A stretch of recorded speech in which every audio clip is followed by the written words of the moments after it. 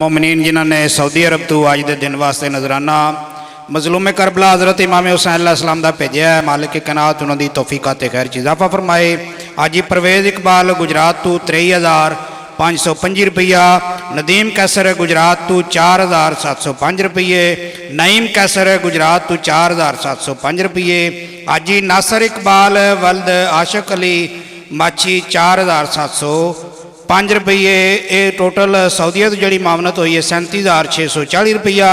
America तो एक नौजवान ने अमरा खुरद का चौधरी अदील अब्बास वल्द चौधरी नज़ीर अहमद, चौधरी अदील अब्बास वल्द चौधरी नज़ीर अहमद अमरा खुरद अमेरिका तो इन्होंने 1 लाख रुपया 1 लाख रुपया अज के दिन वास्ते मामनत की है। मौला कैनात इन्होंने सेहत तो तंदुरुस्ती अता फरमाए। इन्हों के मरोमिन मौला करवट करवट जन्नत अता फरमाए। इन्हों दियां बरूने मुल्क दियां मौला तमाम मुश्किल परेशानियां दूर फरमाए। चौधरी जवेद इकबाल वल्द चौधरी नज़ीर अहमद बाप के किसाने इन्होंने 24,000 रुपया अपनी वालदा दे इसाले सवाब वास्ते दिता है। चौधरी हसन वल्द चौधरी असगर अली बाप के प्लेसर 30,000 रुपया। चौधरी कमर अब्बास वल्द चौधरी नवाब खां बाबे मौजू के इन्होंने भी अपने मरूमिन दे इसाले सवाब वास्ते 30,000 रुपया दिता है। जेड़े अंजमन मुख्तार फौरत के स्टूडेंट डिप्टियां पे करते हैं इन्होंने अपने तौर जड़ा नजराना जमा किया है वो 50,000 रुपया। मौला कैनात इस अंजमन के अरकान मावनीन जिंदा सलामत तक क्यामत रखे।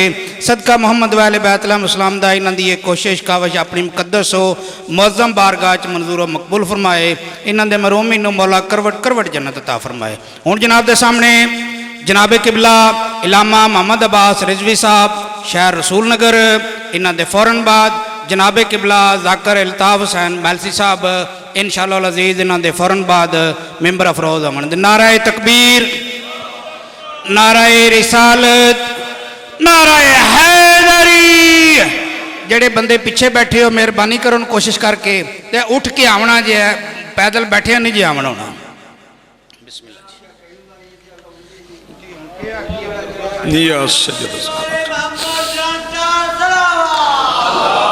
अल्लाहुम्मा सल्ली अला मुहम्मद बिस्मिल्लाहिर्रहमानिर्रहीम। इलाही अज़्मल वला व बरहल खफा वन कशफल गिता वन कतर रजा व ज़ाक़तिल अर्ज़ व मुनिअतिस समा व अंतल मुस्तआन व इलैकल मुश्तका व अलैकल मुअव्वल फ़िश शिद्दति वर्रख़ा। अल्लाहुम्मा सल्ली अला मुहम्मदिन व आलि मुहम्मदिन उलिल अम्रिल्लज़ीना फ़रज़ता अलैना ताअतुहुम व अर्रफ़तना बिज़ालिका मंज़िलतहुम फ़फ़र्रिज अन्ना बिहक़्क़िहिम फ़रजन आजिलन क़रीबन कलम्हिल बसरि हुवा अक़रब। या मुहम्मद या अली या मुहम्मद इक्फ़ियानि फ़इन्नकुमा काफ़ियान वंसुरान फ़इन्नकुमा नासिरान। या मौलाना या साहिबल अस्र वज़्ज़मान अलगौस अलगौस अलगौस अदरिकना अदरिकना अदरिकना अस्सआत अस्सआत अस्सआ अल अजल अल अजल अल अजल बिरहमतिक या अरहमर राहिमीन बिहक़्क़ि मुहम्मद व आलिहि ताहिरीन। मुमकिन हद तक बुलंद सलवात पढ़िए।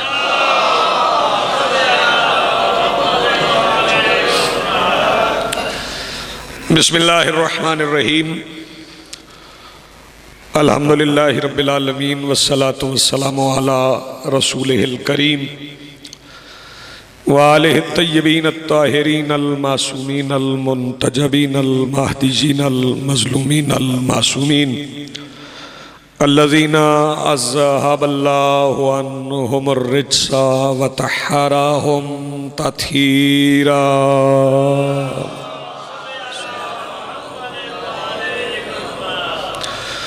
वलानतुल्लाहि अला आदाइहिम मलऊनीन अजमईन मिन यौमिना हाज़ा इला यौमिद्दीन। अम्मा बादु फ़क़द क़ाल अल्लाहु तआला सुब्हानहु फ़ी मुहकम किताबिहिल मजीद। बिस्मिल्लाहिर्रहमानिर्रहीम। इन्नद्दीन इंदल्लाहिल इस्लाम। सलवात पढ़िए बुलंद आवाज़।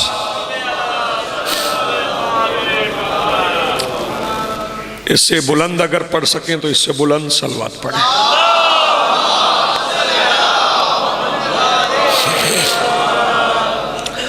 आज की सफ़े अदा और इस पर हाजिर अज़ादारान मुंतज़रीन मवालियान के दिलों के तख्त पर मसनद नशीन विलायत वली मुतलक के वसीला से दरख्वास्त गुजार हूँ अपने उस वारस के हुजूर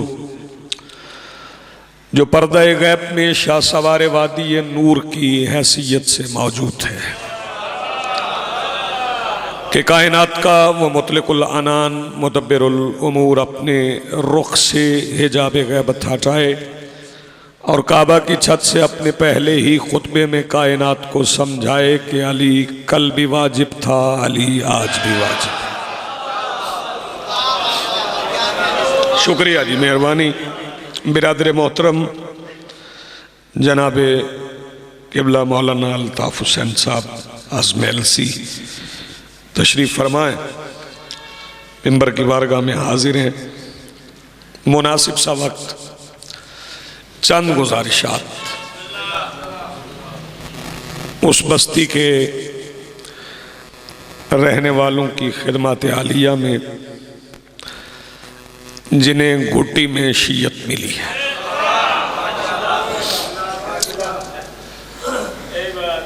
मैं शीयत समझाने तो नहीं आया, क्योंकि शीयत एक नस्ल के समझने का काम ही नहीं। अगर बंदा हक पहचान के शिया हो भी जाए तो दूसरी नस्ल तक तो मातम करना भी नहीं आता। ये नस्लों का काम है। लेकिन अहम तरीन गुजारिश ये है कि शिया होना आसान है, शिया रहना मुश्किल है। फिर सुन लें, मैं दोहरा देता हूं, शिया होना आसान है, शिया रहना मुश्किल है। और अजीब मैं फिक्रा कह रहा हूं, हालात के मुताबिक शियत कायनात का वो वाहिद दरख्त है जो पाबंदियों के मौसम में ज्यादा फल देता है। बहुत अच्छा, आपने बहुत अच्छा सुना। आप जी सलामत रहो। पाबंदियों के मौसम में ज्यादा फल देता है। वैसे सरकार दो आलम के जमाने में दो ही तबके थे, या शिया थे या मुनाफिक थे।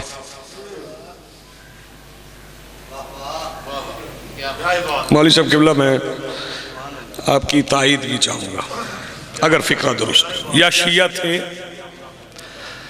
अब कोई बंदा भी मुस्तफ़ा के शिया होने से तो इनकार नहीं कर सकता। जो इनकार करेगा सरकार दो आलम का शिया होने से, वो तो खत्मी मर्तबत की नबूवत से इनकार करता है। ये फिरके बाद में बने, अल्लाह ने नहीं बनाए। फिरके अल्लाह ने नहीं बनाए, मेरे रसूल ने भी नहीं बनाए, हमारे आइम्मा ने भी फिरके नहीं बनाए। मौला अली से लेके वारिस ज़मान तक हमारे आइम्मा ने फिरके नहीं बनाए। मौजियां वाला के लोग इस फिक्रे को नहीं समझेंगे तो कौन समझेगा। हमारे आइम्मा ने फिरके नहीं बनाए, फिरके उन आइम्मा ने बनाए हैं जिन्हें लोगों ने इमाम बनाया। बहुत अच्छे, बहुत अच्छे, बहुत अच्छे। जी हाँ, सलामत। फिर मुख्तलिफ फिक्रें बन गई और उनमें एक फ़िक़ा, हमारी फ़िक़ा भी शामिल कर ली गई कि ये फ़िक़ा जाफरिया, और इसे हमारे इमाम शशम के नाम से मंसूब कर दिया। हालांकि हमारी फ़िक़ा फ़िक़ा जाफरिया मशहूर है, वैसे फ़िक़ा मोहम्मदिया है। हम नमाज वैसे पढ़ते हैं जैसे रसूल पढ़ते थे। हम रोज़ा उस वक्त रखते हैं जिस वक्त रसूल रखते थे। अफ्तार उस वक्त करते हैं जिस वक्त रसूल करते थे। हम सुन्नत मुस्तफ़ा पर अमल करते हैं और फ़िक़ा भी फ़िक़ा मुहम्मदिया, लेकिन 4 फ़िक़ों में शामिल कर दिया गया। और फिर वक्त गुजरता रहा। बल्कि एक बात मैं और आपकी खिदमत आलिया में अर्ज़ कर दूं जो नौजवानों को शायद मालूम नहीं, हदीस की किताबों में जो ज़ईफ़ अहादीस करार दी जाती हैं उनमें हदीस के ज़ईफ़ होने के लिए मुसलमानों के नज़दीक ये भी काफ़ी है कि इस हदीस का रावी शिया है। तवज्जो फरमा रहे हैं। इसका मतलब है कि शियत शुरू से ही पाबंदियों से, मुश्किलात से गुजरी, आसानी से नहीं गुजरी।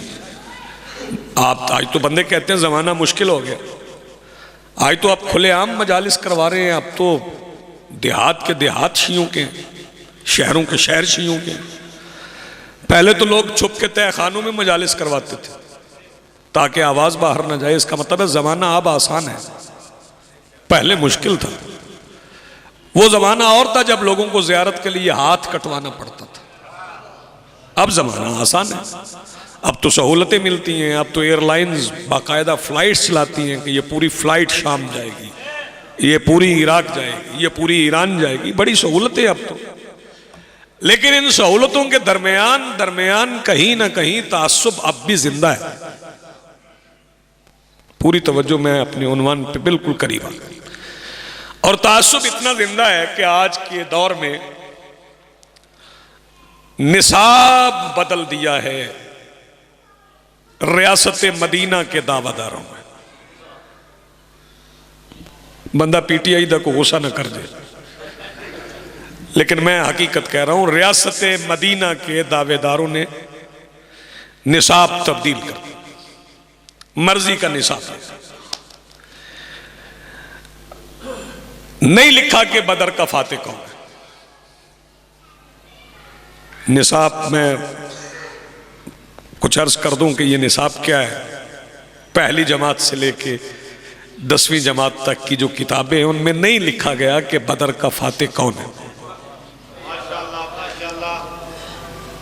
और आसान कर दूं, बदर लिखी गई है लेकिन अली नहीं लिखा गया।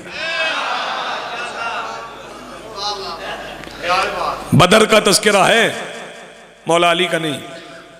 ओहद का है, मौला अली का नहीं। खंदक का है, मौला अली का नहीं। फतह मक्का का है, लेकिन उसका जिक्र नहीं है जिसने बुत तोड़े। मैं नौजवानों को बेदार करने के लिए, क्योंकि आजकल खिताबतों के अंदाज बदल गए हैं, एक फिक्रा कह दूं।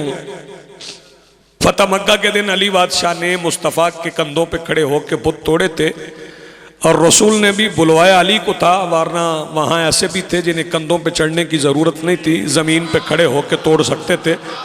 लेकिन रसूल ने अली को बुलवा के बुत इसलिए तोड़वाए थे कि किसी ऐसे को ना बुलवा लूँ जो बुत तोड़ते हुए ये सोच के शर्मिंदा हो जाए कि कल हाथों से बनाए थे।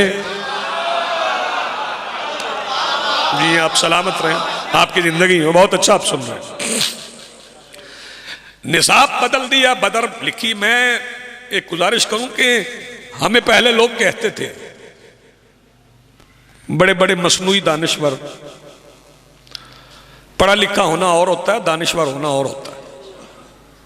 हाँ, ये भी महर्ज करो। जरूरी नहीं कि जो बंदा ज्यादा किताबें पढ़ जाता है वो दानिश्वर भी होता है। हाँ, हमने अपने देहात की तारीख में देखा है कि बड़े बड़े मुकद्दमात के फैसले अपने डेरों पे बैठ के उन बूढ़ों ने कर दिए हैं जो स्कूल गए तक नहीं। इसका मतलब है दानिश खुदादात चीज़ है जो अल्लाह की तरफ से अता की हुई होती है, वदीयत करता है।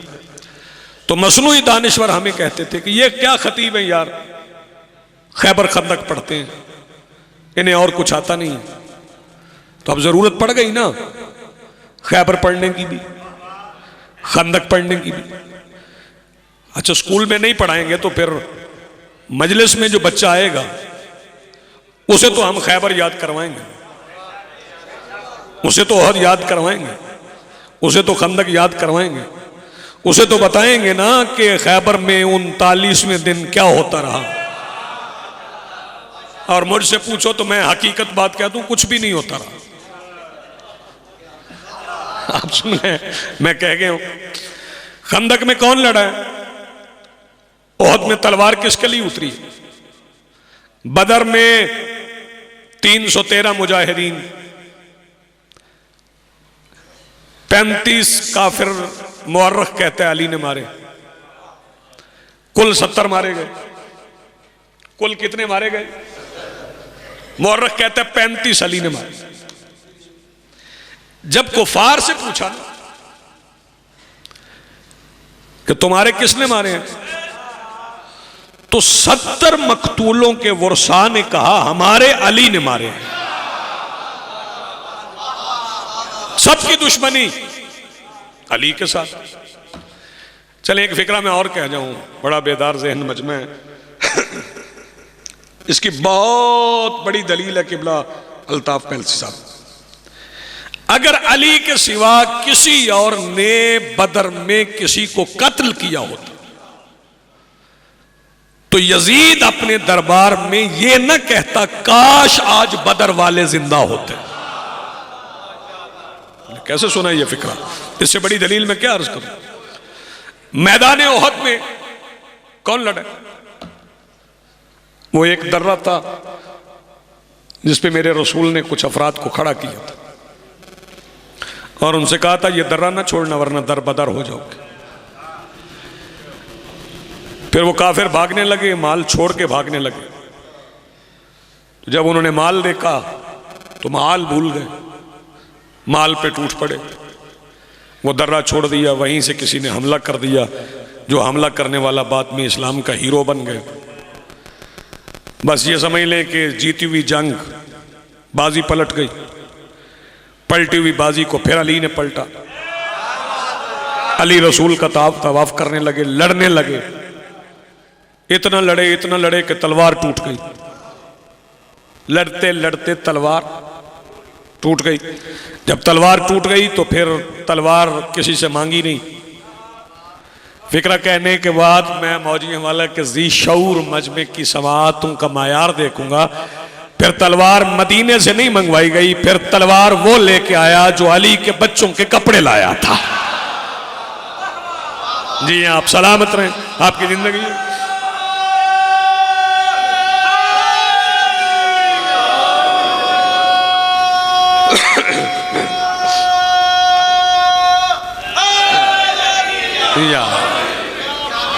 जनाबे जिब्राइल अलैहिस्सलाम, जनाबे बेड़ मेरी तरफ दे, जनाबे जिब्राइल अलैहिस्सलाम तलवार लेके। चूंकि रिवाज और होते हैं, हकीकत और होती है। हमारे यहाँ मिंबर से जब तकरीरें होती हैं, ज्यादा एक होती खुद एतमादी, एक होता जरूरत से ज्यादा एतमाद। और एतमाद इतना ज्यादा है कि बंदे जनाबे जिब्राइल को ऐसे बुलाते हैं, ऐसे लोग छोटे भाई को नहीं बुलाते। हाँ है ना ऐसा। तो जिब्राइल आया, जिब्राइल टुर गया। ओ भाई वो नौकर है तो मुस्तफा का है ना, है तो अलैहिस्सलाम अमीने वही हैं, सैयदुल मलाइका हैं। जनाब जिब्राइल अलैहिस्सलाम फरिश्तों के सरदार हैं। जब फरिश्तों के सरदार हैं तो जिब्राइल अलैहिस्सलाम को बदतमीज बुलाने वाले जिब्राइल की हुकूमत में शामिल एक नौकर इजराइल तेरे सामने आ जाए, तुझसे सांस नहीं लेने होती।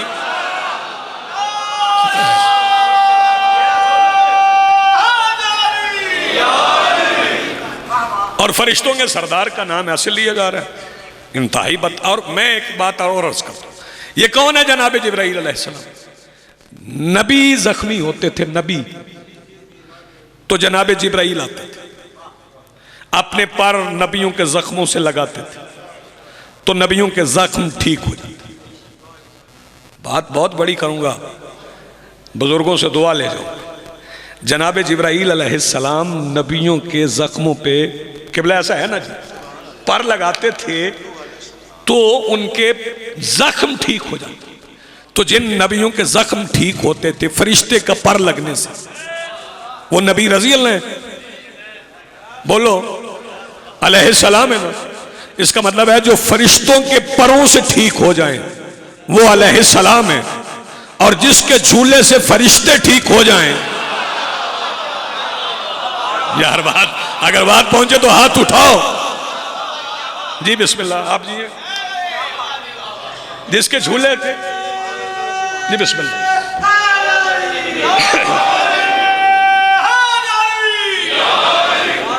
जनाब जिब्राईल अलैहिस्सलाम तलवार लेके, और ये तलवार इसका नाम है,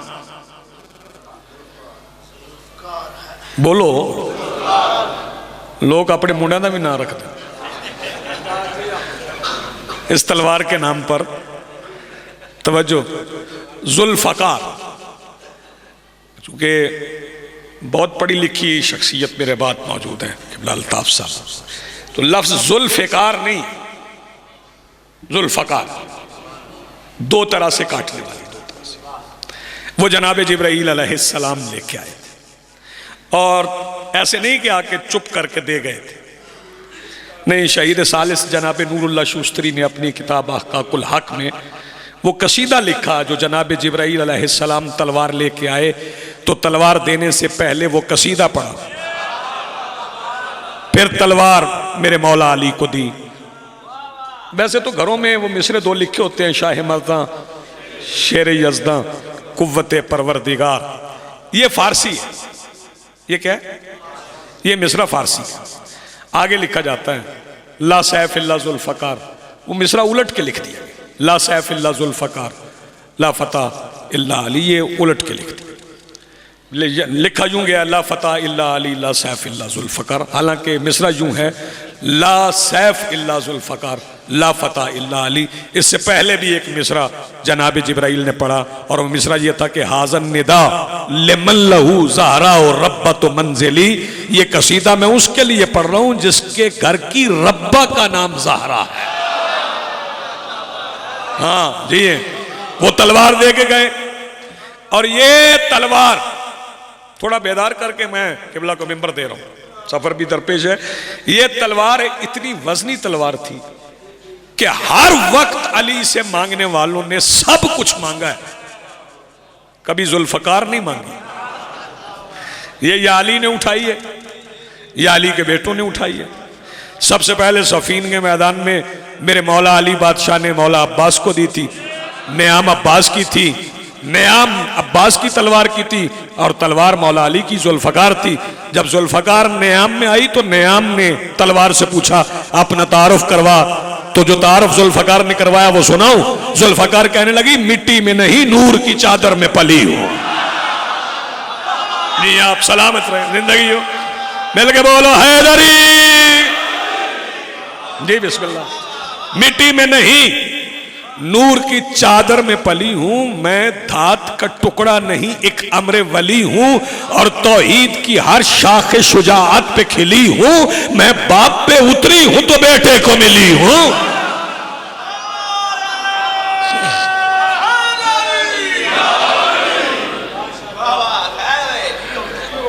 फिर हमें ओहद भी पढ़ना पड़ेगी, सुनाना पड़ेगा ना। अब पढ़ो, वो जो रोकते थे खैबर खंदक पढ़ने से, अब तुम्हें सब कुछ मिंबर से पढ़ना पड़ेगा, तो पढ़ा करो, घबराया ना करो। हाँ ये ना पढ़ो कौन नहीं लड़ा, अगर एहतियात करना है तो ये ना पढ़ो कौन नहीं लड़ा, ये तो बताओ कौन लड़ा है, ये तो बताना पड़ेगा ना।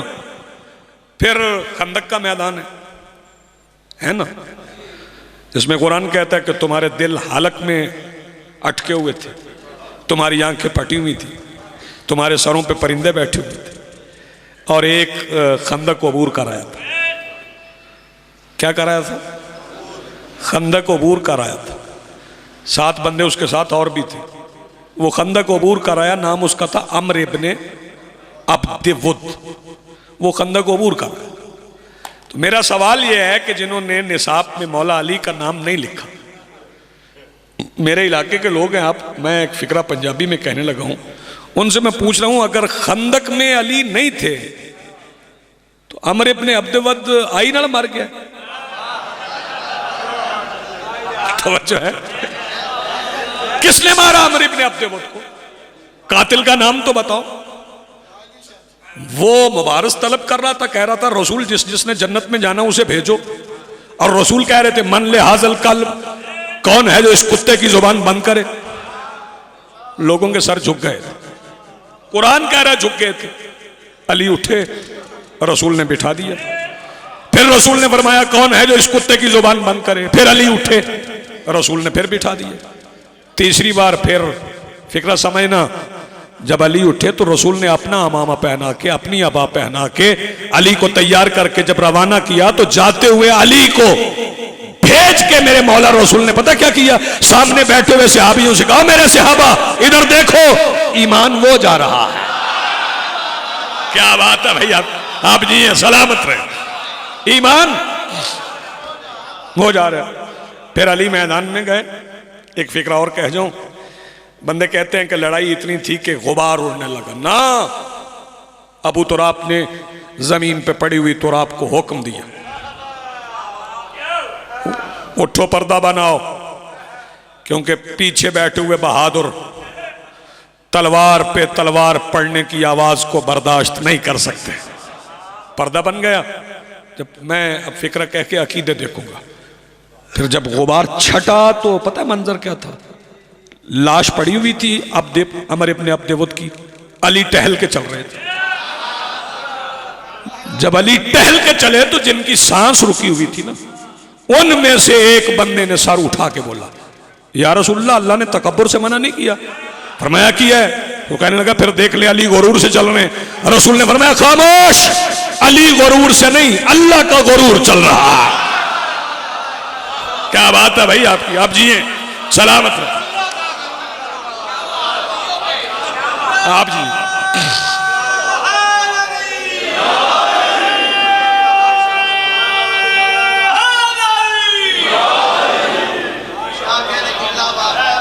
कितना निसाब बदल लोगे? हमारे पास तो 24 घंटे 12 महीने सजने वाला मिंबर है, और ये सिर्फ मिंबर नहीं है, ये अदालत भी, ये अदालत भी है। 8 रबीउल अव्वल को यहाँ सबसे बड़ा इज्तिमा होता है, ऐसे ही है, तब भी ये अदालत सकती है।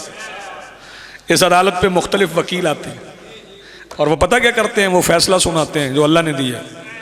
वो फैसला क्या है कि हुसैन के कातिलों को सजाए मौत सुनाते हैं। सजाए मौत हम ऐसे नहीं सुनाते कि गले में फंदा डाल के चौक में लटका दें, नहीं नहीं, जो जो आले मोहम्मद के मुजरिम हैं उन पर लानत भेजते हैं, यही सजाए मौत है। तो निसाब कितना बदल लोगे? फिर हमें खैबर पढ़ना पड़ेगी। पूरी खैबर नहीं पढ़ना, बड़ी देर हो जाएगी, क्योंकि 40 दिन दी जाएंगे, कोई एक दिन दी तय नहीं। हाँ, ये 39 दिन पूरे, जी बिस्मिल्लाह, पूरे 39 दिन बड़ा पुरअमन जिहाद, और ऐसा जिहाद था, ऐसा जिहाद था कि फाका कश मुजाहिदीन को देख के घोड़ों को झुरझरी आ जाती थी। शाबाश। हाँ, 39वें दिन की शाम नबियों के सुल्तान ने फरमाया कल अलम उसे दूंगा। हदीस याद है ना आपको? कल, ये शियों सुनियों में मुत्तफिक है, क्योंकि किबला मुत्तफिक है ना, कल अलम उसे दूंगा जो मर्द होगा। फिर अली आए, अली को अलम दिया, अली अलम लेके चले। दो फिक्र सुन लें, अली अलम लेके चले, कलाए खैबर के सामने पहुंचे। कलाए खैबर के सामने पहुंचे कि अली ने अपने अलम को पत्थर पे रखा, गाड़ा नहीं, क्या किया? रखा, पत्थर को अलम पे रखा। अली का अलम को पत्थर पे रखना था, कि पत्थर ने अली के अलम को ये सोच के उतरने की जगह दी कि ये वो है जिसे जगह न देने वाले दायरे से खारिज हो जाते।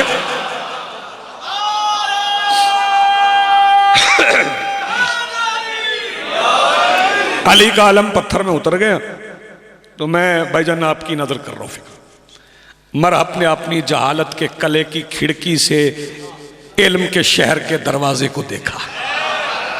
यार क्या पढ़ूंगा, घबरा गया और कहने लगा ये और है, मुझे लगता है मौत आ गई।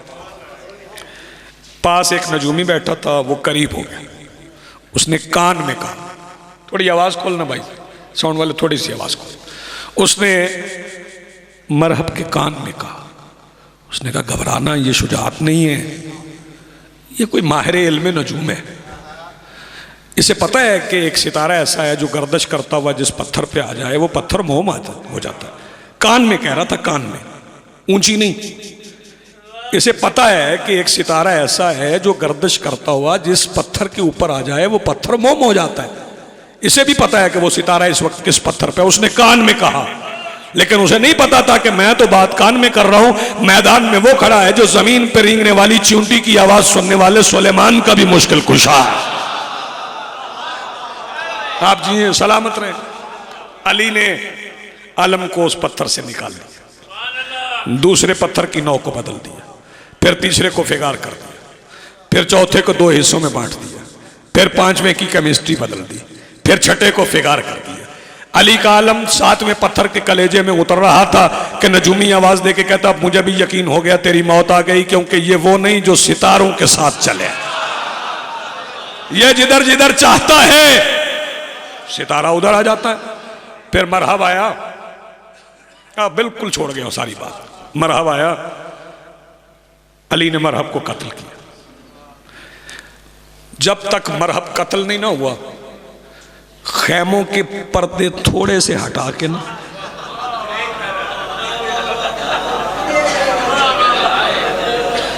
बंदे देख रहे थे। जब मरहब गिर गया तो पर्दे उठ गए, फौज पीछे खड़ी थी अली की, और मरहब की बहन भी आई। खोद सर पे था, जिरा पहनी हुई थी, जोशन पहने हुए थे, कोई चीज अली ने नहीं उतारी। तो मरहब की बहन मरहब की लाश पे खड़े होकर कहने लगी, मुझे समझ नहीं आ रही कि मैं तेरे मरने पे बैन करूं या तेरे कातिल की सखावत का कसीदा पढ़ूं। यार जो बंदा अब भी चुप है, आप ये सलामत रहे।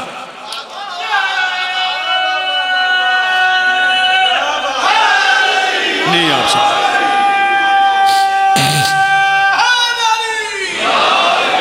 आखिरी बात सुने। फिर वो चूंकि फौज पीछे आ खड़ी थी, सिर्फ कला नहीं था, कले के आगे खंदक भी खोदी हुई थी, बड़ी चौड़ी खंदक थी। तो वो खंदक ऐसे अबूर होने वाली नहीं थी। वाली बादशाह ने क्या किया, वो दरवाजा उखाड़ा, उसे खंदक पे पुल बना। मेरी तरफ देखोगे तो अगले साल तक लुत्फ लेते रहो। उसे खंदक पे पुल बना के पीछे खड़े हुए बहादुरों से कहा,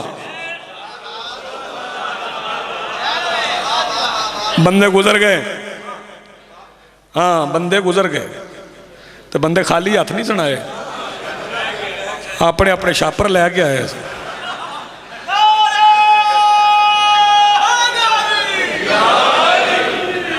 बोरियां भर के माल वहां से लिया, बस आ गई फिक्र ही। बल्कि बाज मुजाहिद तो ऐसे भी थे जो दूसरे से कह रहे थे, मेरी बोरी चौक लेना। मैंने कहा नहीं, मेरे पास पहले ही दो हैं, मैं तुम्हारा कहाँ उठा सकता हूँ। फिर बंदे जो रोजाना सुबह काम पे जाते हैं, शाम को घर वापस आते हैं, उन्हें तजर्बा है कि शाम को बंदा घर जाए ना, दोनों हाथों में थैले हों, तो इस्तकबाल का तरीका और होता है। हाँ? बंदा खाली हाथ आए ना तो और होता है, दोनों हाथों में वजनी थैले हों, तो पहला कदम घर के अंदर आए ना तो ज़ौजा मोहतरमा की आवाज आती है, प्यो को सामान फड़ो है, पानी पियाओ। तुहाडे वास्ते सारा दिन लगा रहिंदा है। अगर खाली हाथ घर में दाखिल हो ना तो अंदाज बदल जाता है। फिर पता क्या अंदाज होता है, आ गए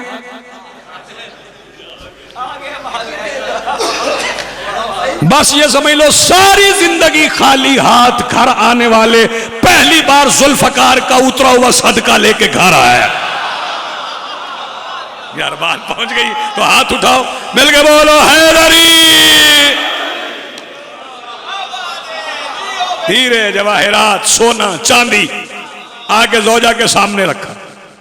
तो 4 मिसरे पढ़ रहा हूं, किबला शायर भी है कि तारीख ने देखी है वो खैबर की लड़ाई, कोई खून का धब्बा न पसीने की तराई। और बताऊं ज़ौजा ने क्या कहा? ज़ौजा ने कहा सद शुक्र के फिर मौत से तुम छूट के आए, सदका है गनीमत है या कुछ लूट के आए। अगर तुम नहीं लिखोगे तो फिर हमें पढ़ना पड़ेगा, और फिर हम तुम्हें जमानत नहीं देते, हमारे पास पढ़ने वाले थोड़े नहीं है, आगे ही नहीं काबू हमदे पे। फिर अपने अपने अंदाज से सब पढ़ते हैं। तवज्जो फरमाइएगा, तुमने निसाब बदल दिया और तुम यजीद का फिक्रा भूल गए। अगर हकायक का पता ना चल रहा हो ना, तो फिर मकतूलों के वारसों से पूछ लो कि तुम्हारे मकतूलों को किसने मारा। अगर किसी और ने काफिरों को कत्ल किया होता तो किसी और की बेटियां भी बाजार जाती।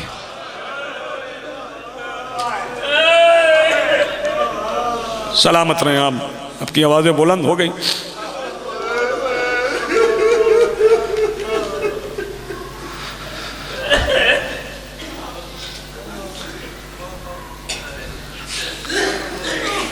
आज 15 रजब है, रिवायत के मुताबिक आज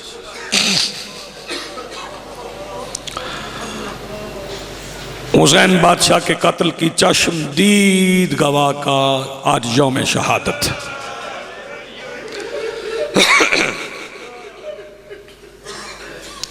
एक ही फिक्रा पढ़ता हूं मसाहिब का। जख्मी मां की जख्मी बेटी, फिर कह रहा हूं जख्मी मां की जख्मी बेटी।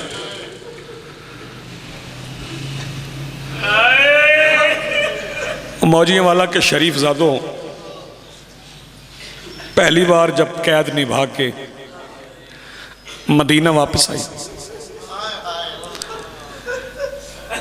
जुम्मा का दिन था, शाम हो गई, तो मौला सज्जाद से कहा सज्जाद मैं नाना की कब्र पे जाना चाहती हूँ। अच्छा फूफी अम्मा मैं इंतजाम करता हूँ। मसाइब के आशिक लोग हो, पुराने सुनने वाले हो, मुझे समझाने की ज़रूरत नहीं पड़ेगी। शहजादी घर से निकलने लगी, मुद्दत के बाद किसी के इस्तकबाल के लिए रोज़ा रसूल के चराग बुझे।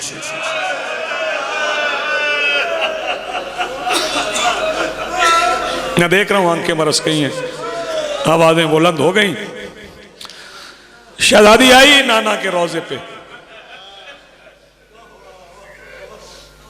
कब्र थी तब, कब्र के पहलू में बैठ गई।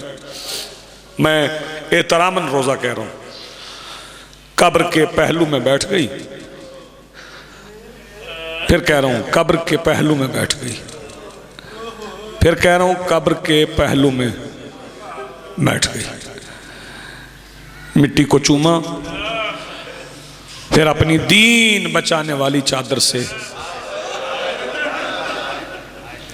फिक्रा समझ में आ गया तो काफी हो रहेगा, अपनी दीन बचाने वाली चादर से एक सुर्ख रंग का कई सुराखों वाला कुर्ता, वाह मालिक आपको औलाद के गम में न रुलाए, कभी जाती गम में न रोना पड़े। शहजादी ने चादर से निकाला, नाना की कब्र पे रखा, नाना की कब्र पे रखा। कब्र नबी कांपने लगी। मैं देख रहा हूं हर आंख पुरनम है। नबियों के सुल्तान की कब्र कांपी तो शहजादी आवाज दे के कहती बस नाना, नाना बस, नाना अभी तो सिर्फ बेटे का कुर्ता है,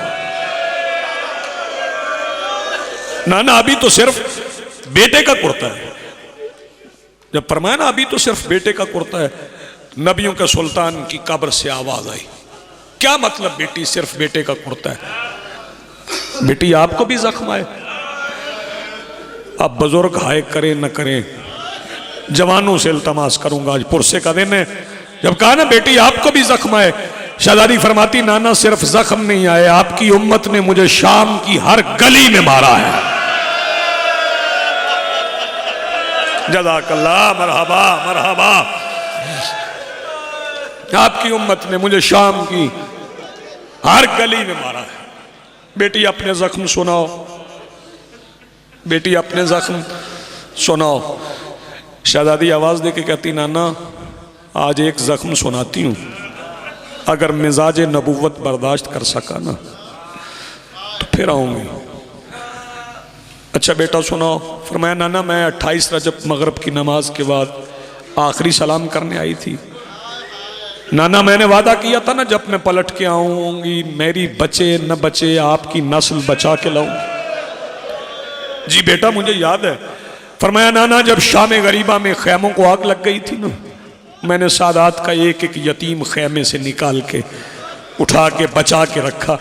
नाना मैंने सारे यतीम बचा लिए, फिर उस खेमे को आग लग गई जिसमें आपकी दस्तार का वारिस सज्जाद था।